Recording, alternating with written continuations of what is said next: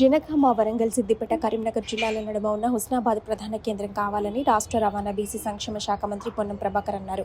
గురువారం హుస్నాబాద్ మున్సిపల్ కార్యాలయ ప్రారంభోత్సవ కార్యక్రమంలో ఆయన జిల్లా కలెక్టర్ మిక్కిలినేని మను చౌదరి, పురపాలక సంఘ అధ్యక్షురాలు ఆకుల రజిత్తో కలిసి ముఖ్య అతిథిగా పాల్గొని ప్రసంగించారు. పార్టీలకు అతీతంగా 20 మంది కౌన్సిలర్లకు 50 లక్షల చొప్పున నిధులు ఇచ్చామని చెప్పారు. ప్రాంత అభివృద్ధికి ప్రారంభకులు బొప్పరాజు లక్ష్మీకాంతరావు లాంటి వారంతా హుస్నాబాద్ అభివృద్ధిలో మంచి పాత్ర పోషించారని గుర్తు చేశారు. అయితే బొప్పరాజు లక్ష్మీకాంతరావు పేరు ఈ మున్సిపల్ భవనంకు పెడదామని పాలకవర్గం ఆమోదించాలన్నారు. ఈ కార్యక్రమంలో పాల్గొన్న మున్సిపల్ చైర్మన్ ఆకుల రజిత వెంకన్న, వైస్ చైర్మన్ అనిత, కౌన్సిలర్లు, సిద్దిపేట గ్రంథాలయ సంస్థ chairman Lingamurthy, Husnabad market committee chairman Tirupati Reddy, Saidapur market committee chairman Sudhakar తదితరులు పాల్గొన్నారు. కాగా సిద్దిపేట జిల్లా కలెక్టర్ మను చౌదరి మాట్లాడుతూ హుస్నాబాద్ మున్సిపాలిటీ అయ్యాక ఎంతో అభివృద్ధి చెందిందని చెప్పారు. పట్టణాన్ని క్లీన్ అండ్ గ్రీన్ గా ఉంటే బాధ్యత ప్రతి ఒక్కరికి ఉండాలని సూచించారు. మున్సిపాలిటీ ఏర్పడిన తర్వాత చాలా డెవలప్మెంట్ జరిగింది, చాలా విధాలుగా అభివృద్ధి చెందింది.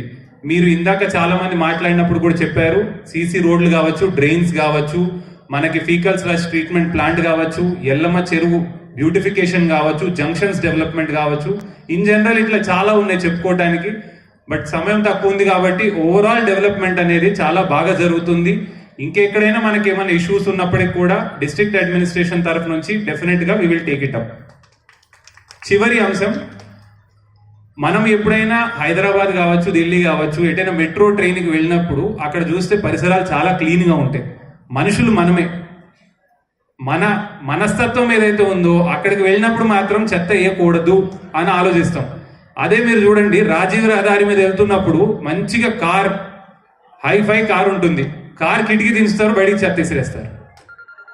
మనుషుల్లో ఆ ఆలోచన విధానం, ఆ మనస్తత్వం మారనంత వరకు పారిశుద్ధ్య కార్మికులు ఎంత కష్టపడ్డా వారు ఒక లెవెల్ వరకు తీసుకెళ్ళగలుగుతారు.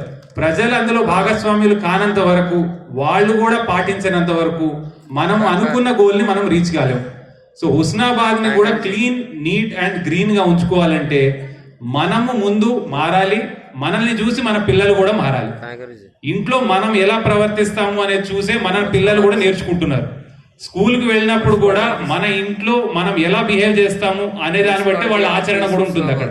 సో అందుకనే నా రిక్వెస్ట్, లాస్ట్గా నేను సూచించేది ఏంటంటే, మున్సిపాలిటీ తరఫు నుంచి మున్సిపల్ కౌన్సిల్ వారు కావచ్చు, అందరూ కూడా కృషి చేస్తూ ఉన్నారు. డెఫినెట్లీ మున్సిపాలిటీని ఒక మంచి మోడల్ మున్సిపాలిటీగా డెవలప్ చేద్దామని, దీంట్లో మీ భాగస్వామ్యం, మీరు కూడా యాక్టివ్ పార్టిసిపేషన్ ఉండాలి.